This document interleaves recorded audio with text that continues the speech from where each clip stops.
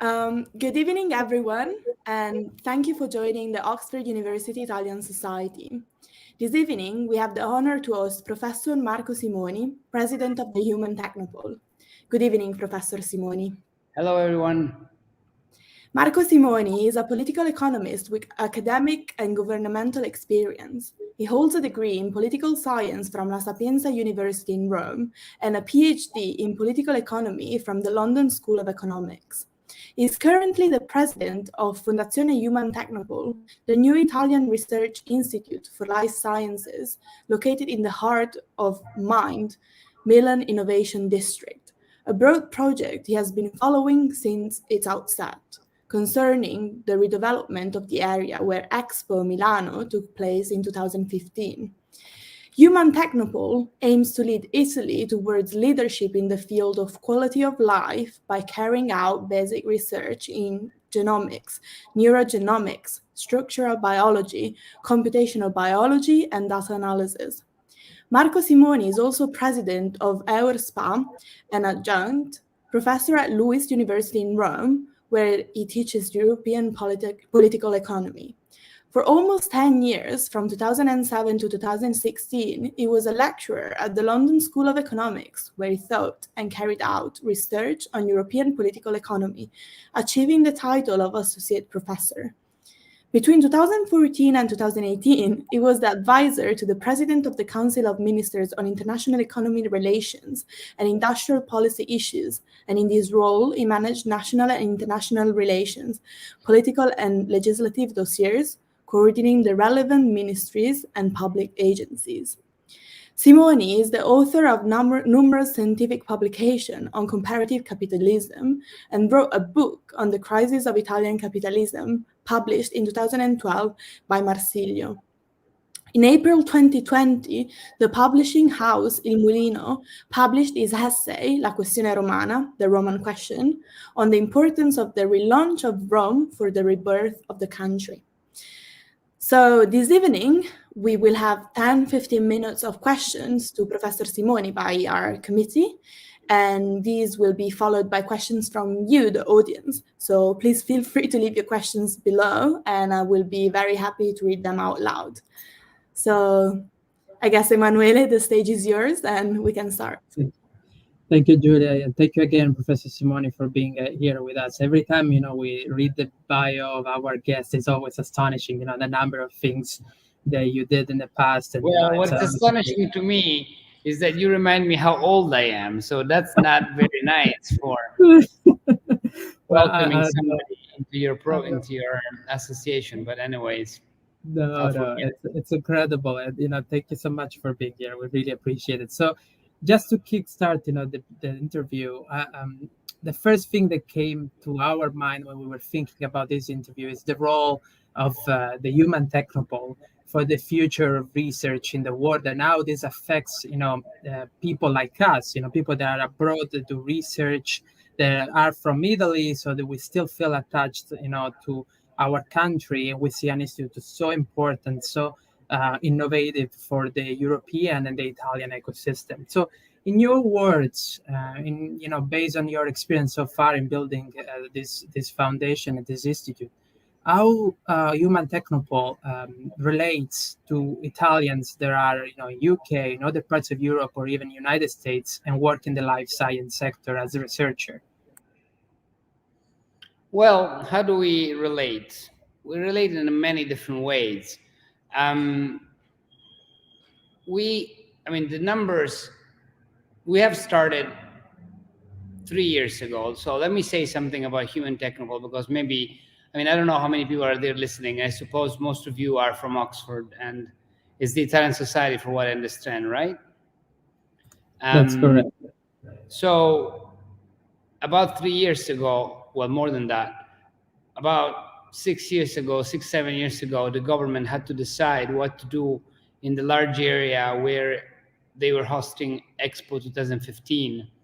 And when I was working with the Prime Minister, he told me that I had to deal with the problem of what happened after the Expo.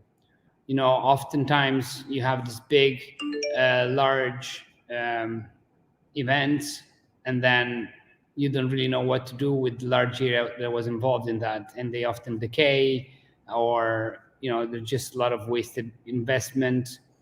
So after a lot of processes, it wasn't an easy thing to do.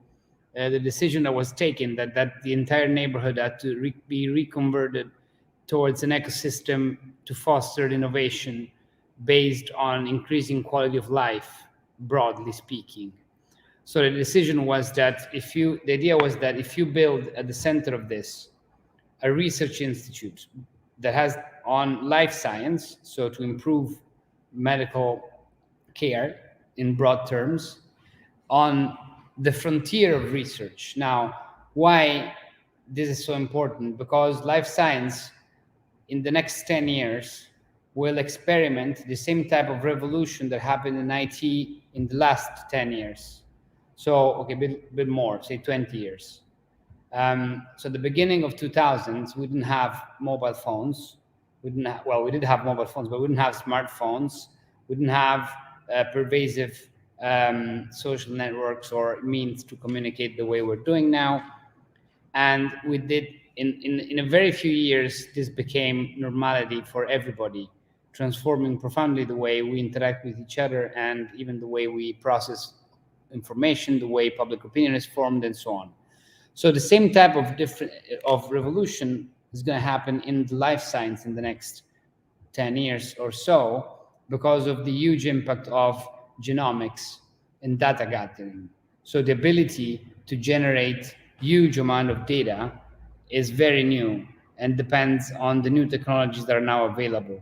So the cost of one single sequencing the first genome was $30 billion.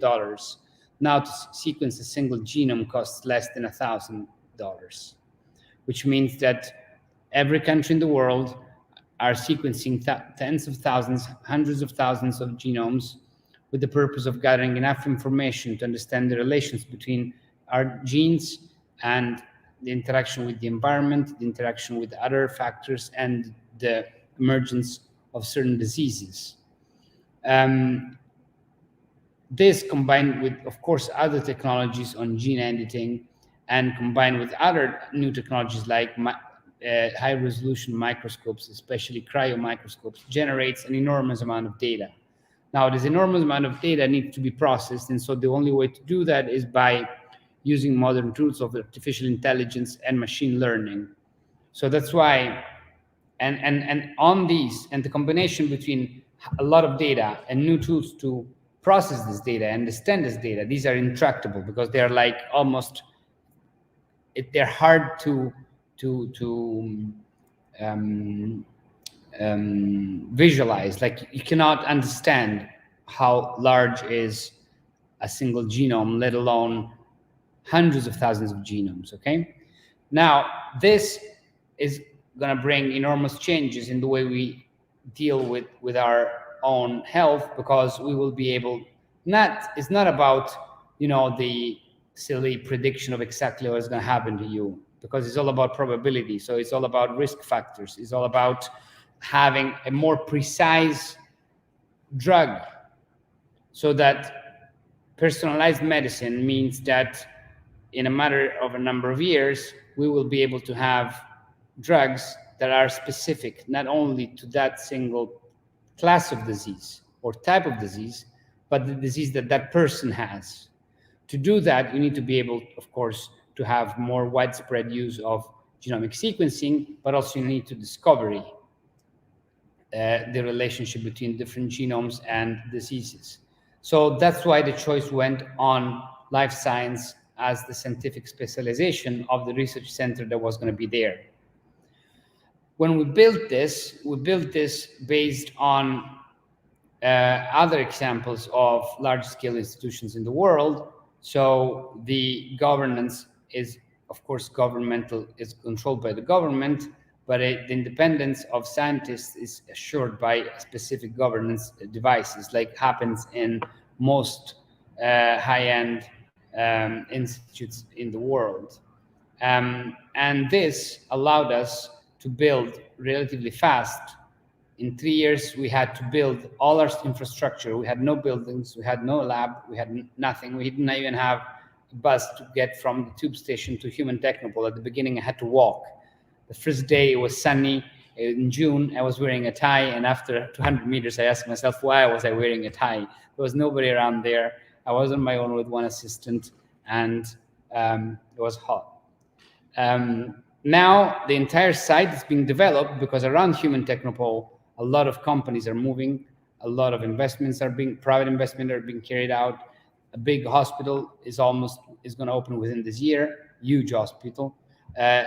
Some faculties of the Università di Milano, University of Milan, are going to be transferring in front of Human Technopole. This will take a while because they have to build their new campus. And Human Technopole now has around 200, a bit over 200 people, including PhD students, researchers, and of course, supportive staff. And at the same time, we're still building the campus because we still have more a space to be made available for more infrastructure. Now, around 60% of our scientific personnel comes from universities abroad. We have about 19 nationalities so far. And the majority, though, of these 60% are Italians that have applied to our open calls and that decided to come back to Italy because they like the project, like scientific leadership. Our scientific leadership is quite strong. We have record of publications that we already have as Human Technopole. Affiliation are pretty high. Quality, I would say world-class quality, including Science, Nature, whatever natural scientists published on. I'm a political economist, as you've remembered, so I don't really know anything of the science except what I try to understand over coffees. But if you have a strong scientific leadership, of course, then we were able to recruit also very good, more junior group leaders that, of course, are the backbone of any research institution. I mean, a good research institution is a place where, of course, you have leaders that are recognizable and that have made important contribution, and they continue to do so. But really, the core are the PhD students and the junior faculty, because that's where a lot of creativity comes. That's where, you know, a lot of working hours come. When you're a doctorate student or a junior researcher, you're really there to contribute. And so that's what we put a lot of emphasis on the standard of the applicants we decide eventually to admit. Of course, all this is not my job. It's the job of the director, who is a British researcher, previously director of the EMBL in Heidelberg, which is one of the largest research centers in molecular biology in Europe, and of his team of scientists.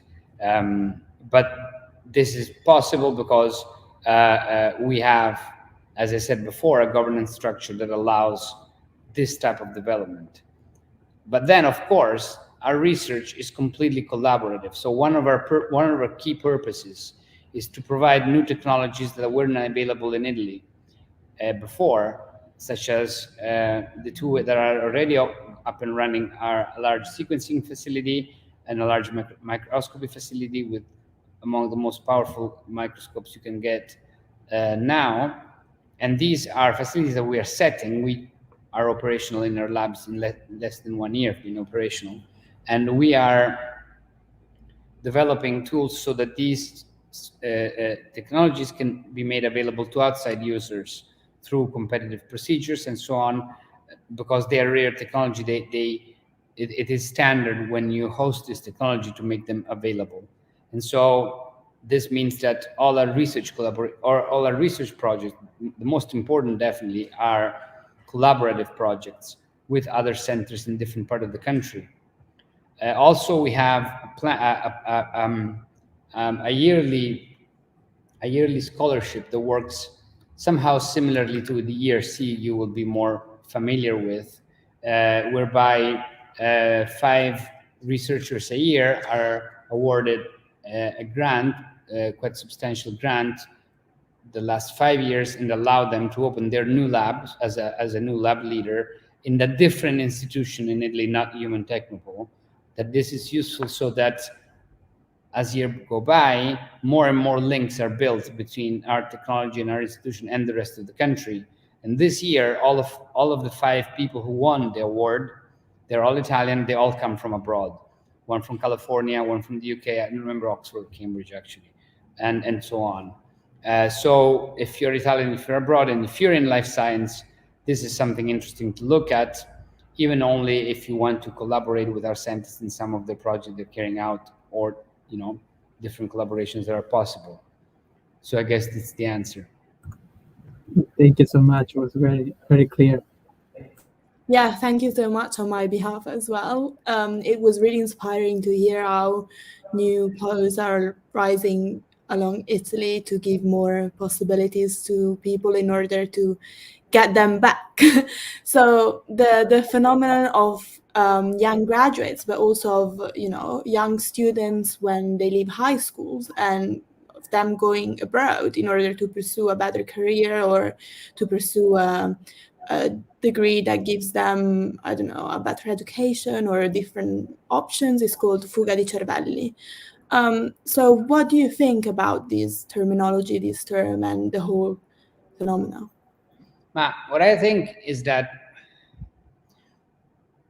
really, I mean, it is true that the majority of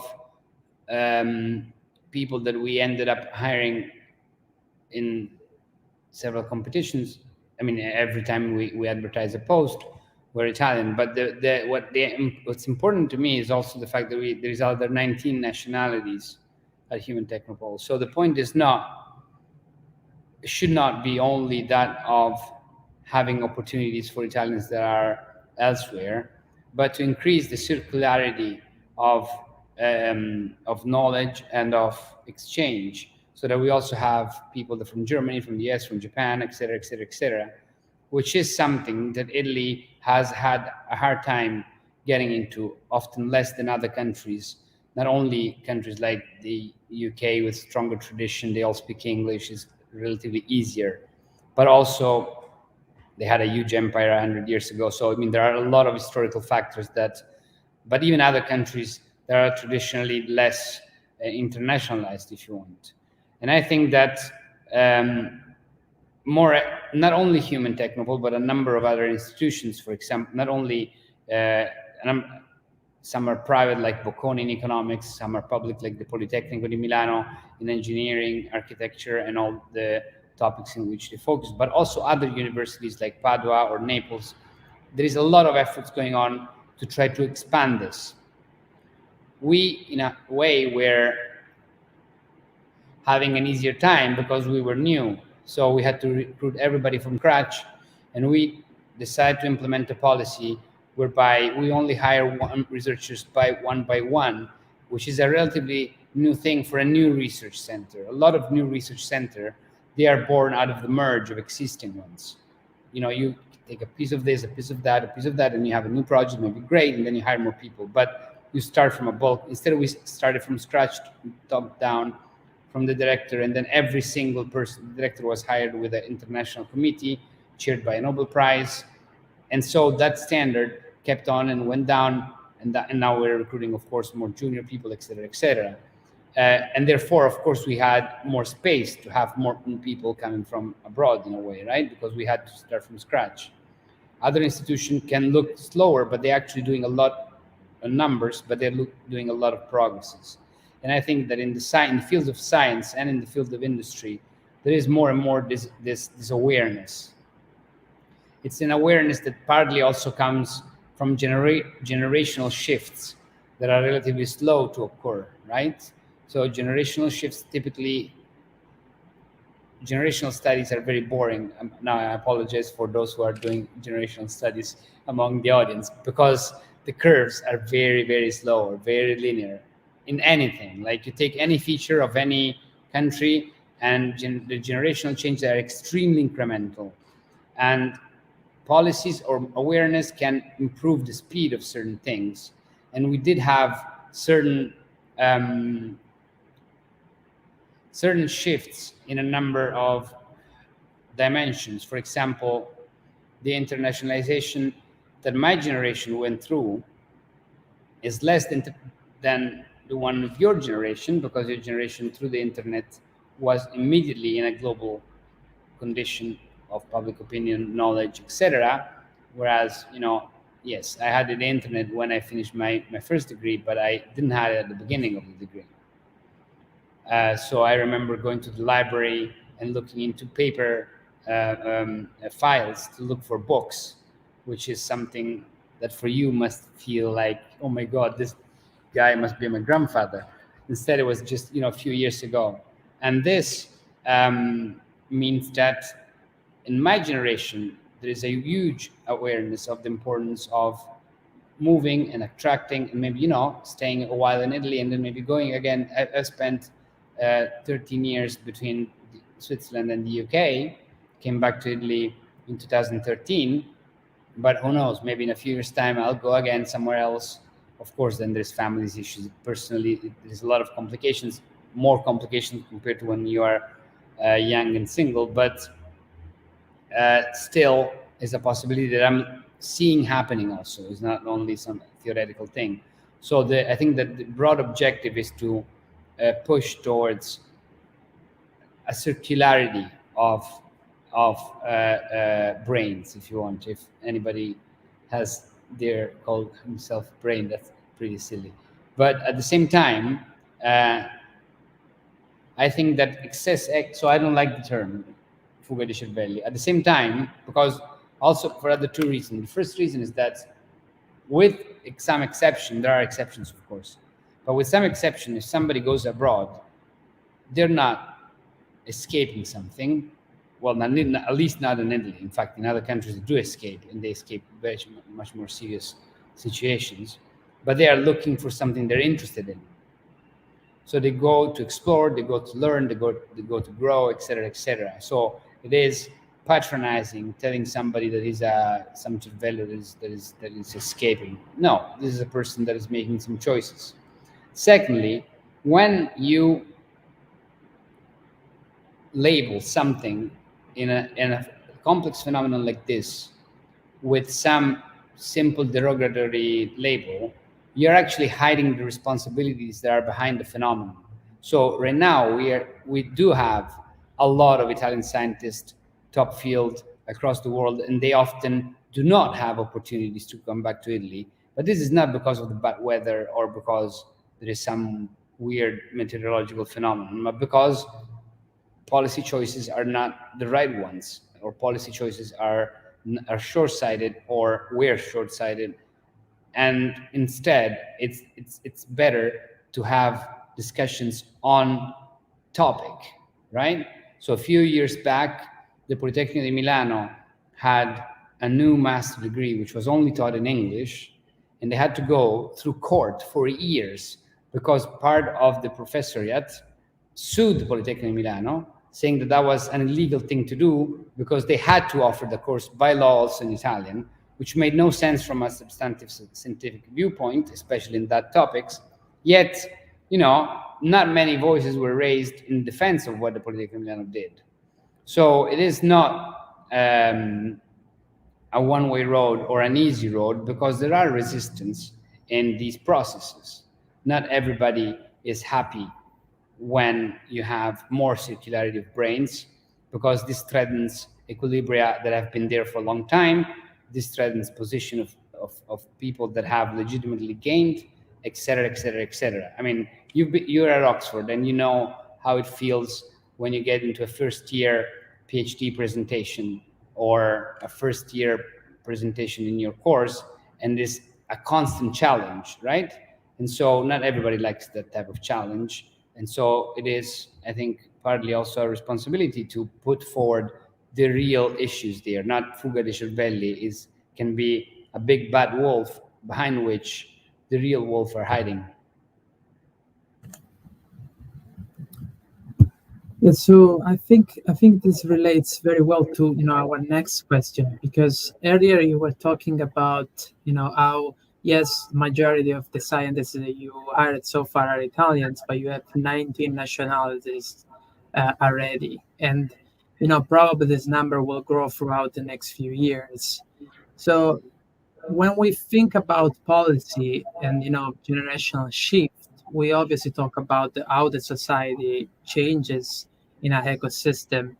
And we obviously know that Milan is one of the most, cosmopolitan or international city in Italy. But obviously, this new injection of people coming from all ways of life definitely will have an impact on the ecosystem, especially if we think at the broader project that Mind is and is attracting, industries and other companies from all over Europe and the rest of the world. So, where do you see the role of human technopole and the mind, overall on the societal level in Milan, in northern Italy, and potentially in southern Europe or overall? Well, one should not overstate the real ability of institutions to affect society. Now, think about this. The UK has been probably the most successful country in terms of academic achievement in the last 20 years, 25, even 30, able to attract scientists from across the globe with the most internationalized universities, relatively affordable compared to the American standards, and top class science, top class social science, etc., etc. Then you have the Brexit, you have a referendum. Leader of the Brexit referendum says, answering a question from the Financial Times, I think, or BBC, he answers that people have enough of experts, right? And they actually win, which means that was probably true, that people had enough of experts, right? And to my knowledge, there was very little reflection in any of these institutions why the British people didn't want to listen to their own expert. In the end, if you support with public money a lot of universities and then you don't listen to them, why are you doing so? There is a problem of cost opportunity there, right?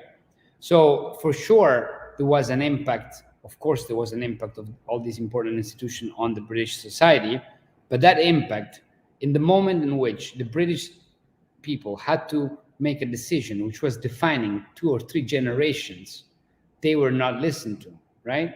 So I'm using this huge example to say that the impact that institutions have depends on crucially on how this institution is able to link its own purpose with the wider purpose of the society where the institution is.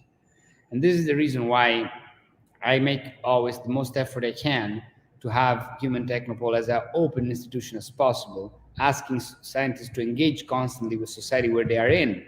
The Human Technopole is an international but also Italian institution. Cannot be only international. There's no institution with no passport. Every institution has a passport. Every institution has some taxpayer money that supports it either directly or indirectly. And it's important to acknowledge and to change the behavior for that. This is a more general philosophical type of answer.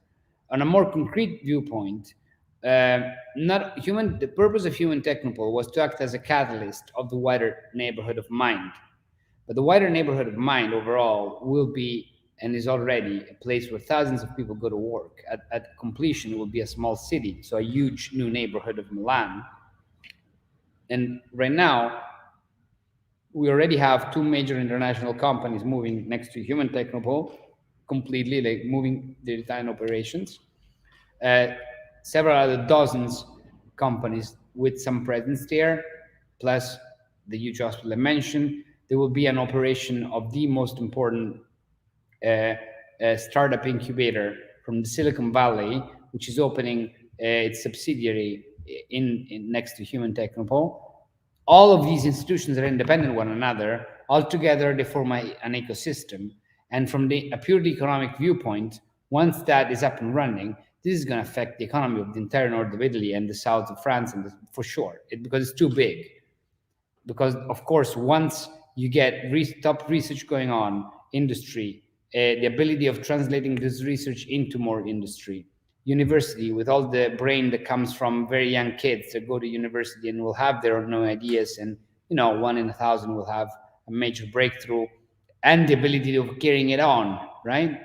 So what is really crucial, and there's plenty of studies to show this, is the physical proximity of researchers, industry, and finance. It's what generates new idea, new products, new developments. And this in mind right now is the most important and new project that you have there in Europe. You have already an important number of ecosystems already working and operating. One is in Cambridge, with life sciences, Cambridge, London, Imperial College. There is something in south of France, something in Germany, but not, with the exception maybe of the UK, not the size we're building in Milan. What is interesting is that that was an experiment that we didn't know at the beginning if it was going to work, because there were so many uncertainties, including the infamous Italian bureaucracy. But the truth is that Italian bureaucracy is more, as I said, is more of an alibi. Like if you hear somebody saying that they didn't do it because of Italian bureaucracy, you can know that that's an alibi. It's not true. Bureaucracy is bad everywhere. When I was in London, I remember it was a nightmare. I had to go to the notary, and I thought that the notary was an Italian invention. It's not true. Notaries are everywhere. You always have to do some boring paperwork and have a formalist. The point is having a project, a plan, and then execute it. And you can do it in Milan. You can do it in any place, probably any place in Europe. Thank you for your answer. And touching back on, I guess, diversity and inclusion, that is something we touched when talking about different nationalities. So one recurring theme that was spread along these years' interviews is the increasing access to STEM professions to women. So I'm a woman in STEM, so I'm quite interested in these. And so what are the initiatives that your institute will take to incentivize the hiring of women, especially in positions of responsibility? So when we originally had the first bunch of hiring at Human Technopole, we started from, as I said, from the director of departments, because we didn't have anybody. So we needed to have scientific leadership. And out of 7 recruitees, only 2 were women. And this was something that preoccupied all of the board and myself quite a bit. And so what we did was, because that's a sign of a broader problem. So because every job is given individually, right? So every job has to be in science. I'm a very strong, convinced proponent of hard meritocracy, especially if you are hiring scientific leaders or you're giving posts to very rare scientific jobs. Those have to go to the best scientist at each single appointment. So if you don't see enough women, it means that there is a problem in the chain, in the process that led to that decision. So we have immediately appointed. So we had like 10 employees at that point. We appointed a diversity committee, which is composed by the most senior female representative of my organization. It's chaired by Professor Roncarolo. She's the head of pediatrics at Stanford University, and she is member of my board, together with the head of administration, who is actually a woman, the 2 head of research, more senior researchers, etc., and then other representatives. And I am invited, or the director is invited ad hoc if they want to talk to us also. And this committee not only overlooks policies that are in place to ensure that they respect standard of inclusion and diversity, but has to come up with policy innovations to make sure that those bottlenecks that blocked the development of scientific leadership, female scientific leadership, are removed or addressed. I'll give you one example that was given to me by a senior, because when I saw that, I actually went and talked to people and tried to understand what was going on. And they explained to me that, we all know that one of the reasons of the low number of women in position of power has to do with historically bad balance of work in the households when kids arrive in a family, because women take a disproportionately high share of childcare. This is an even greater problem for scientists that have to be working inside labs, because some certain lab activity is actually not suitable for pregnant persons. So what happens is that if a woman is pregnant and has maybe 2 or 3 kids, in those years, there's a lot of less lab work that she can do, and therefore it will have an impact on the number of publications, number of career. And this is a type of problem that cannot be addressed by some weird economist that is a president of an institution, but scientists have to come up on a way through which these type of differences don't have a long-term impact.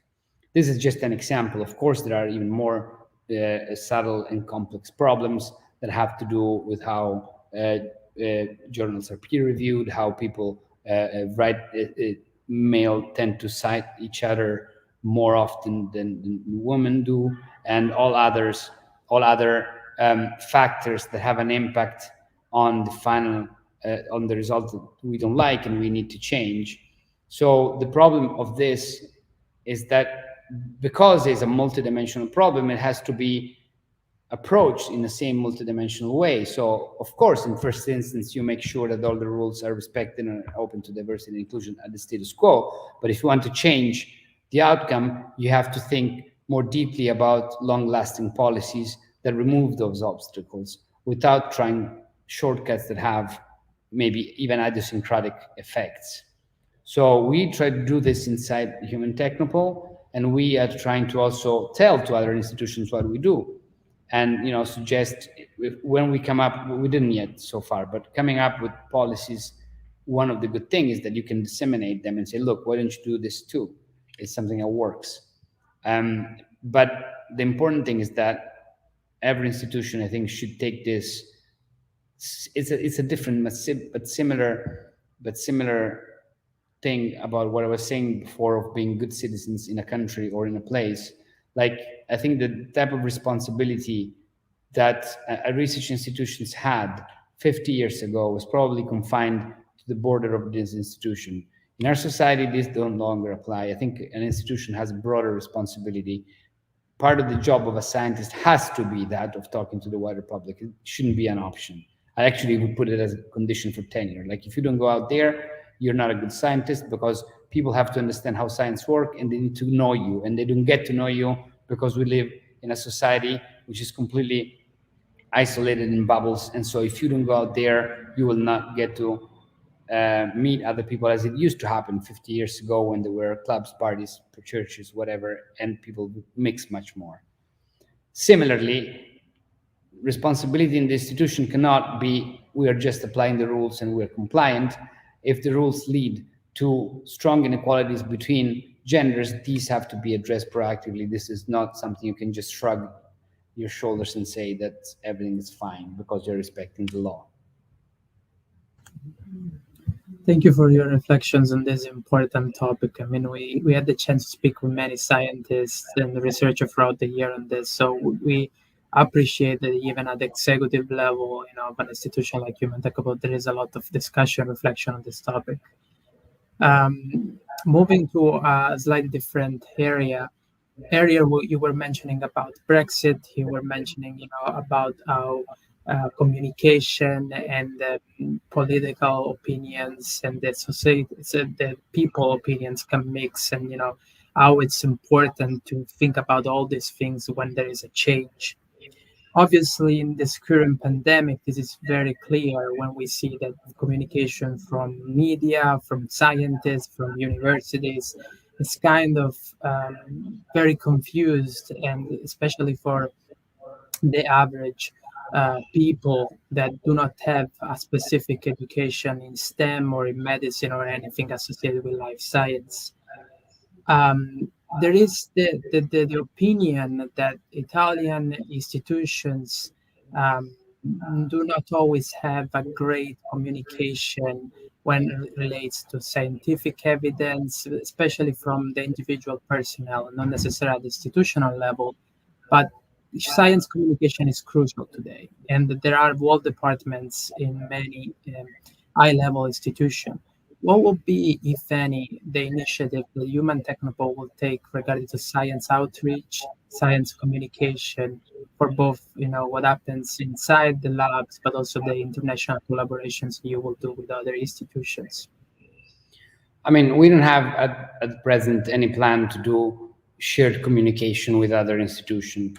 We try to speak about science as much as we can. We try to speak about the effect of science, the impact of science in the economy, in the society.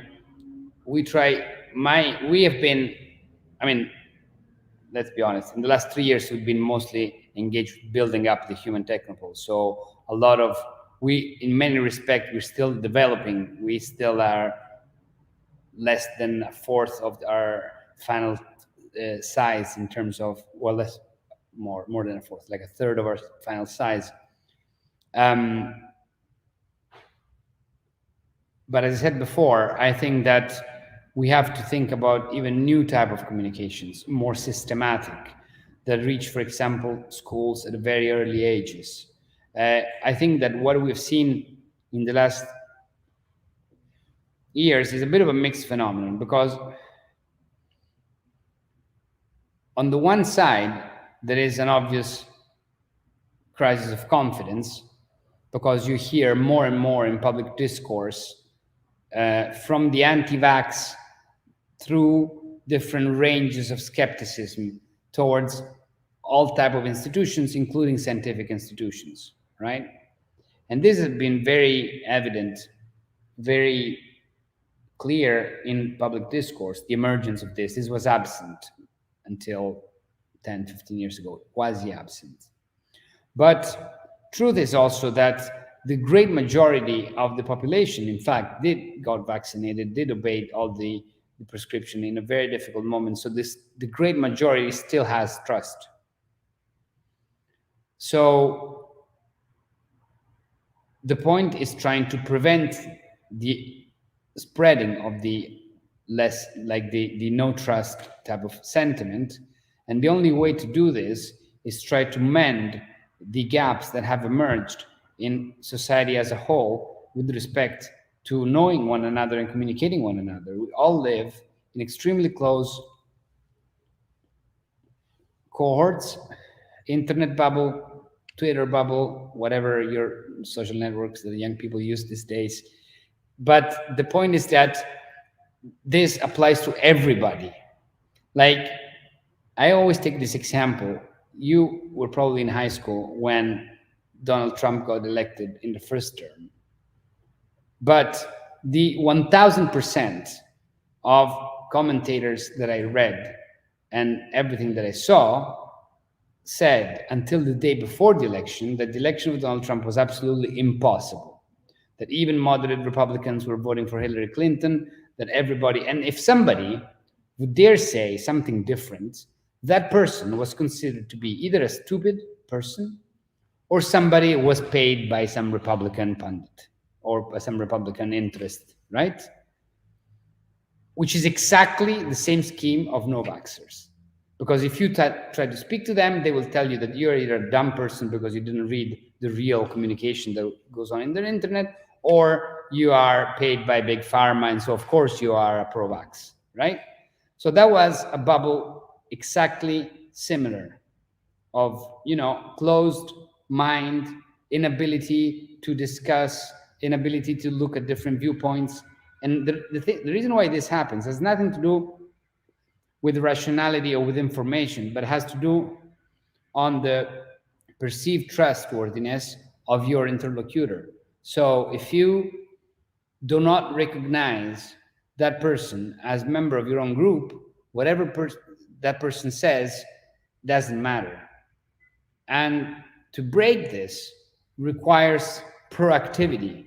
Like, this doesn't get broken by itself. By itself, the business models of all the social networks is to keep you on there as much as possible. Therefore, they try to trigger all the emotions that keep you linked there with affinity, with heterogeneity, with homogeneity. And so to break it, researchers and scientists need to get out in the world and get to actually meet people and interact as much as possible with those who do not do science. And this is important, not only because we like a more cohesive society and less fractured, but also because, as I said before, the importance of science to the rest of the world is not so obvious. Also because the science and the level of complexity of science that is done right now, it's a total different level to what people were taught in schools even a few years back. It requires very complex organization and humans doing extremely sophisticated science of scale that is sometimes very far from actual application. So in order so the trust that this is somehow useful to a silly economist like me needs to be given through trust, not through actual understanding of what that specific research is going to bring me. Thank you, Professor Simoni, for your profound and captivating considerations. We will start taking questions from the audience right now, so please feel free to give your questions below and we will read them out loud. But in the meantime, we will continue with ours. So, thinking about the future, so what excites you the most about the future initiatives of the Human Technopole? Well, I'm very excited about all the science. We're building certain technology that are completely new in the world. They don't exist yet, including automation platform for organoids that I think is the first that has been built. We have planned sequencing of tens of thousands of Italians. That is also something that has not been done so far. And we are building collaborative projects with many other universities in Italy and abroad. I think it's just very, very, I mean, it's a privilege to be able to see that happening and, from scratch and see it now happening. So I think there's a lot of reason to be excited about Human Technopole. I don't see any question for now, so I'll take the time to ask you another question, Professor Simoni. So, one thing that is very, very, very strongly discussed, even abroad, is the distribution of funding, both from government agencies and also industry partners. And I'm sure this is a discussion that exists also in Italy, especially when we think that there is, some distinction in the distribution of grants and government funding in different levels of institution in Italy. And Human Technopole, as you were saying, would be a concentration of very high-level research and high-level expertise. From your point of view, the concentration of funding in grants in one institution, is it a good thing for the overall ecosystem or can affect negatively because there are many researchers that cannot afford to do some research because maybe their institution is not as notorious, as successful in supporting the infrastructure also to get those grants? Well, I think that this is somehow a wrong discussion, and that there are two different problems here. So one problem is that until recently, and things have changed very recently, only with this latest budget law and with the new investment from the Next Generation EU or European Fund, until recently, Italy had not that now the gap is filled, but Italy had an extremely low level of investment for research overall. So the amount of money that was spent in Italy for research was like a third of what's being spent in France, or less than that, or a fifth of what is spent in Germany compared to GDP. And this has been going on for many, many years. And in that condition, what you absolutely need is more funding across the board, full stop. In fact, some people have argued that it was not a good idea to fund Human Technopole because science in Italy was so poor overall. So you first had to fund better other institutions, and then you can think about doing something different, which is a position that I always respected, although the decision to fund Human Technopole was not an alternative of other research, but was an alternative of building something else in the Expo area. So that money would have not gone to other university. That money would have gone for an amusement park or for 2 more football pitches. Or these are actual things that I've seen with my eyes. So these not theoretical proposals. They were proposals that were actually put forward. So let's do an amusement park. Let's do 2 football pitches and 35 tennis courts because it's a big area. So making a sports city. And there were several other proposals of that sort. And the decision was instead, no, let's put some money in research, which I think is a good thing. The other misunderstanding is the size of the investment. So the cost of human Technopole, if you want to have a metric of comparison, is roughly similar to that of a small university in a province of Italy. So it's not a large investment in absolute terms. It's an important investment, it's an important institution. It's not that small universities still cost a lot of money. Of course, they're important institutions. They do different jobs, because the purpose of a small university, I don't know, somewhere in a big city, is to have and to grant access to high quality, high education everywhere, which is an important objective. So the point is not concentration versus distribution. The point is having different institutions that do different jobs. You cannot have 10 microscopes like the Titan Cryo that we host. It's impossible, because not only because the microscope is expensive, but because its complicated structure is needed to support the microscope. You need to have a lot of other things. A microscope by itself, you can't even switch it on. You need to have a complicated building, you need to have other tools, etc., etc.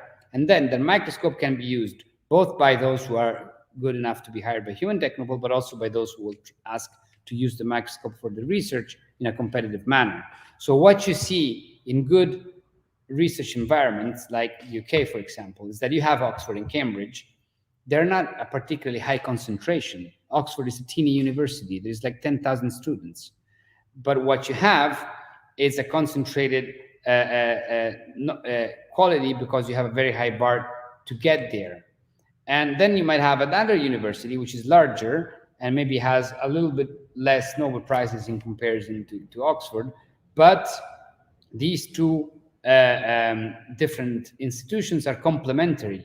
Without good investment across the board, you do not get to have a good, like Oxford lives because there is a lot of good university in the UK, and the other good university benefits from having Oxford there because, you know, they get good professors, they get new ideas, they get sometimes technology, as I said. So the point is having a research environment which is balanced and can have a number of hubs of high technological importance in different fields, and a very well supported system that has to be diffused. And the actual cost of the large ones, not necessarily higher, neither for the taxpayer nor for the private system, because a large university is extremely expensive. And rightly so, and it should be, because you need to have professors, you know, you can put even more money, because you need to have decent ratios between students and professors, which is a problem in Italy, in many places. But they benefit by having sources of concentration of technology and excellency in their own respective fields. Whereas if you have only one system where we couldn't have built Human Technopole if Italian research wasn't already at high level. So you need to have a already well-developed system to have a high excellence type of institution, and vice versa. You cannot nourish them, they cannot be supported unless you have a strong diffuse research system. Thank you. And are you able to take a question from the audience or? Sure. One last question. Right. So even if we have already touched on it a little bit, Jerry says, good evening. What is your opinion on the ruling, TAR Consulta, forbidding courses in English in Italian universities unless the same courses are also offered in Italian, which, however, inevitably leads to course duplications? I think this refers only to undergraduate courses, because if I remember well, there are already courses that are only in English in a number of institutions. So on this, I don't have a very, very strong opinion, because at the undergraduate level, no, as I said before, I have a strong opinion. I think that the key there is always to understand the system. Like, one thing that really is a problem of Italian regulation is that Italian regulations, and this is one of the reasons why we managed to do Human Technopole, because we have a particular governance system which the government has introduced for us and for a few other institutions, but now there is more and more will to do it in more instances, is that you cannot apply the same rules for everybody. Like, if you need to have the ability to change rules depending on the type of institution.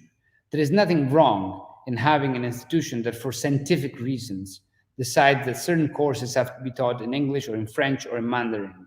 I don't know, because it depends on the actual topic we are talking about. If you have to, and depends on the mission of that institution. The mission of that institution could be to be a bridge with the international scientific community and to be able to attract international teachers. Like if you compel a professor to teach in Italian, that means that all the professors have to be Italian by definition, right? So instead, you could have, if you have a more flexible system, then you will find that course in Italian. Maybe you will find it in a different place. So I think that every rule that wants to force uniformity of rules at every level for every institution is not something that is suitable for high education and especially for research, which is a totally different ball game than if you talk about high school, for example, or the health system. Like high school, there, yes, you have to have the more homogeneity possible across each historical example, like in the UK, where they tried to artificially inject market mechanisms inside public institutions like school or hospitals, have failed miserably. You can't. Like this idea that you can rank school depending on how good a teacher is an idea coming from somebody who doesn't know anything about pedagogy or about education or about how you get education. And this applies to all levels of schools. When you get to university, you get in a more advanced stage where, in fact, what should be praised is the diversity of approaches. We do not want all universities doing the same things. We want universities having their own raison d'etre. And also professors and researchers have different vocations. There can be some people that are better at doing research, some people better at teaching, some people better at doing a little bit of both, or some people, or what type of research and what type of teaching. And there, what really should be pushed for is the increased number of differences. And on this, I think Italy is a bit behind and had a lot of difficulties in having this possibility, not only because of bad policies, but also because, as before, these are processes that are very slow. And, one should not, you're young and I'm getting older, I know this because of what I'm just going to say, but there is virtue in slow moving of institution, because this protects the core missions of those institutions. So the idea that things have to change fast, et cetera, and that's good, is something that comes from this infantilization of human life, that comes from this widespread distribution of IT tools and the digital culture, which has very little to do with the fact that evolution has to be slow, and there is a reason of protection and sustainability in that slowness. Then sometimes things don't happen as fast as we would like to do, but we do not know what would have happened if you disrupt institutions. So disruption is not a very good idea for institutions, but to have change, it requires a lot of effort and a lot of motivation, that's for sure. Thank you again for your speech and for your answers. Thank you very much for having me, as they say in TV shows. And I hope that soon we will be able to have you in person at Oxford. My pleasure. Also, one of my students have just told me that he was tenured today as an associate professor at Oxford. So it's a funny day. I'm very happy. Maybe he's one of your professors. I won't tell the name nor the nationality. He's not Italian. Fair enough. And if you allow me, I would like to say thanks to the following people who have helped us organizing the event. Well, of course, I would like to say thanks to Emanuele, our secretary, and I would like to say thanks to Alessandro Cavallo, our treasurer. I would like to say thanks to our social media officers and to our sponsors. And finally, I would like to say thanks to the audience for joining us this evening, and I hope I can see you all to our next event. Thank you very much. Keep up the good work. Bye.